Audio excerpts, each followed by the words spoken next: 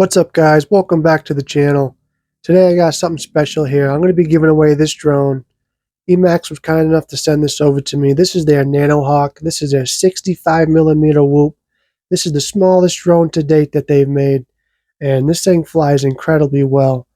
Now, there's a couple ways you can turn this into a toothpick and put a little bit bigger props on here and just change the characteristics of the flight completely.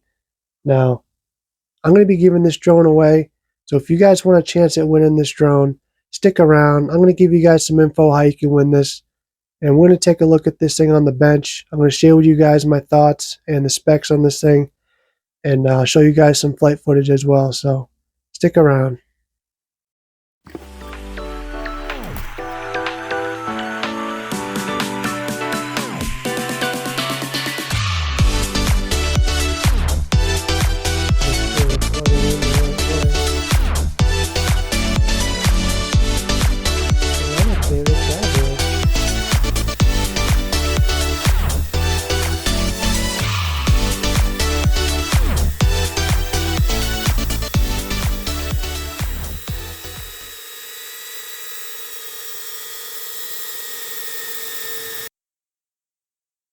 Let's go ahead and take a look at what you get in the box when you buy the Nanohawk.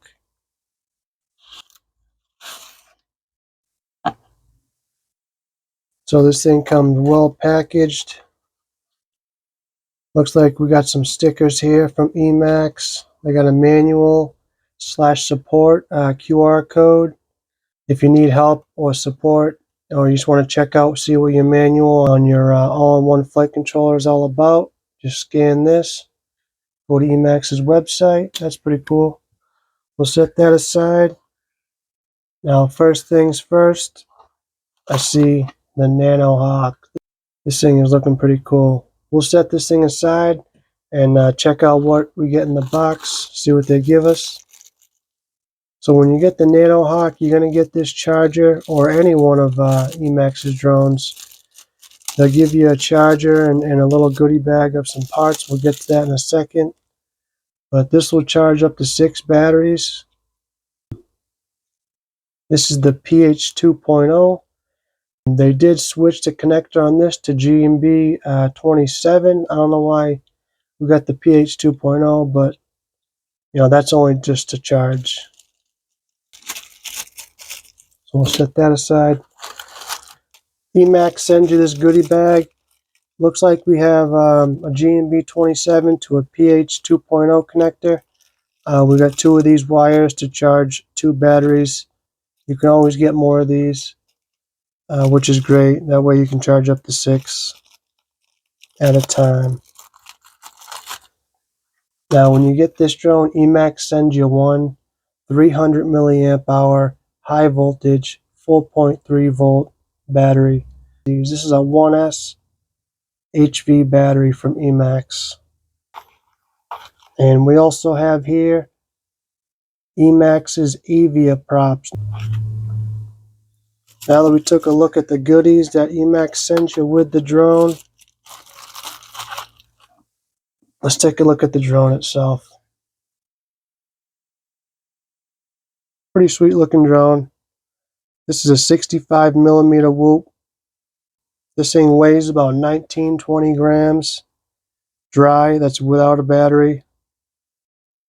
It's got a unibody, so instead of a plastic whoop frame like we're used to, it doesn't have ducts. It's got prop protectors, and I'll get into that in a second, why these are better than the actual ducts that you see on say like beta FPV drones. Now this is a carbon fiber frame. It is pretty stiff. It's going to have some flex, of course, because it's so thin. But this is going to withstand some crashes for sure. I'll show you guys. I've already crashed this thing a few times. Nothing crazy, but it's, I've crashed it from about a story or 2 up, and nothing happens. This thing is so resilient. Now, looks like we got 2 battery straps here that's going to hold your battery in place. I noticed we did get some extra rubber bands in case some of these snap.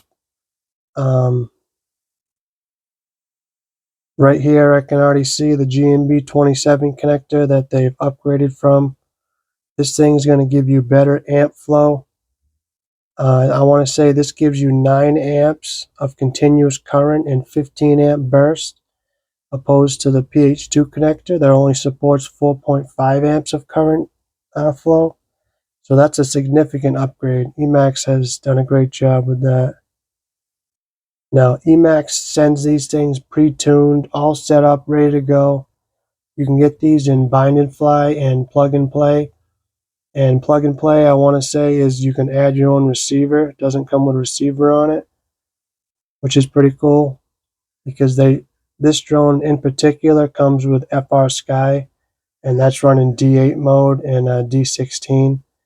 It's a SPI receiver, so that means the receiver is built into the actual all-in-one flight controller board.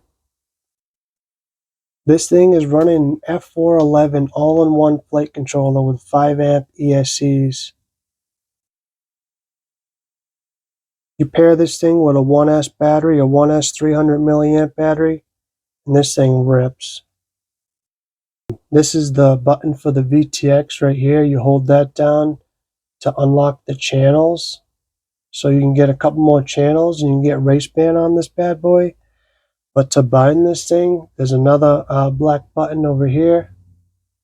You hold that down, you plug the battery in, you set that thing in bind mode, and you press bind mode on your controller as well, and this thing hooks right up.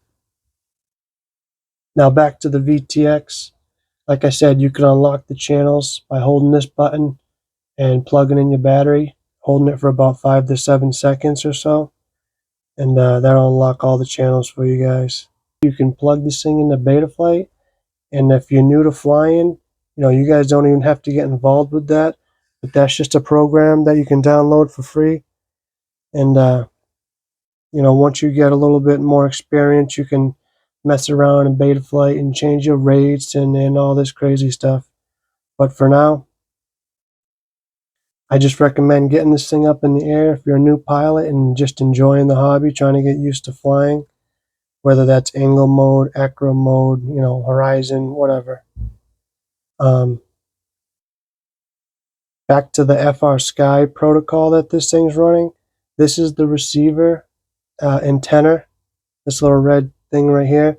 So you're not going to get the greatest range. I would recommend that you fly this thing indoors. It only has a 25 milliwatt VTX, but that's going to be plenty for indoors. This is an analog whoop. So you got this camera right here that's going to show an analog video image. It's the Runcam Nano 3, and it's got a good image. It's good quality. It's got some color to it. It's not bad. It's not the best, but it's it's definitely a good starter drone for sure. I would recommend this to anybody that's looking to get into FPV. The motors are Emax motors. These are the 0802 19,000 kV. This is the second version of motors, I want to say. And we got the 4-bladed Avia props. Emax has done a great job with these. These are well balanced. This thing flies so well with these props on it.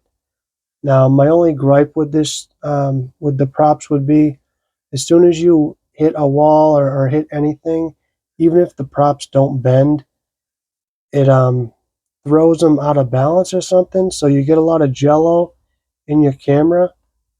But I noticed on the Nanohawk X, the bigger brother to this, which I'm going to be reviewing next, looks like they put a little bit of foam underneath the camera. And I also did that with this one. I put a little wedge of foam in there to stop the movement of the camera, because it's just kind of hanging there. But this one here is 10 times better than, the camera just kind of hanging in place. So you get rid of a lot of jello just by putting a little piece of foam in there, and it doesn't hurt nothing. Now, as far as this being a beginner drone, there's one thing I see. Well, there's another thing I see. They soldered the wires directly to the all-in-one ESC, They soldered it right up and opposed to having like a connector. So if you do crash this thing, you're gonna have to solder 3 wires to the board. But you know, that's just like anything else, guys. Once you get into this hobby, you're gonna love it so much. You're gonna be taking these things apart, tinkering with them, and you're gonna have to learn how to solder eventually. So why not do it on this thing? It's not expensive. It's fairly cheap. Um, I noticed, I want to say Race Day had this thing up there for almost like $50. Now they go for like $100 here and there. I've seen them all over the place for over 100. So this thing being 3 years old is still a great whoop.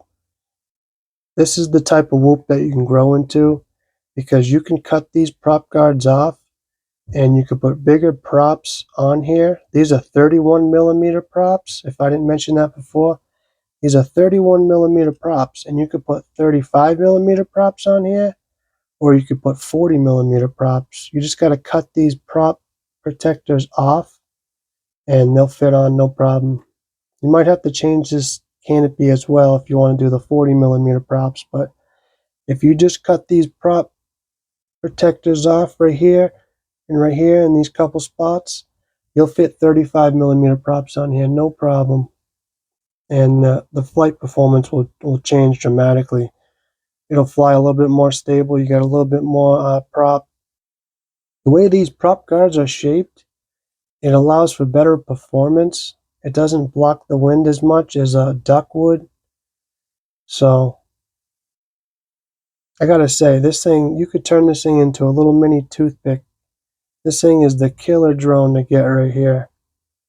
If you're looking to get into FPV, this is the drone I would start with for sure. Now I'm going to be giving this drone away. So if you guys want a chance at winning this drone, I'm going to let you guys know right now how you can win this thing.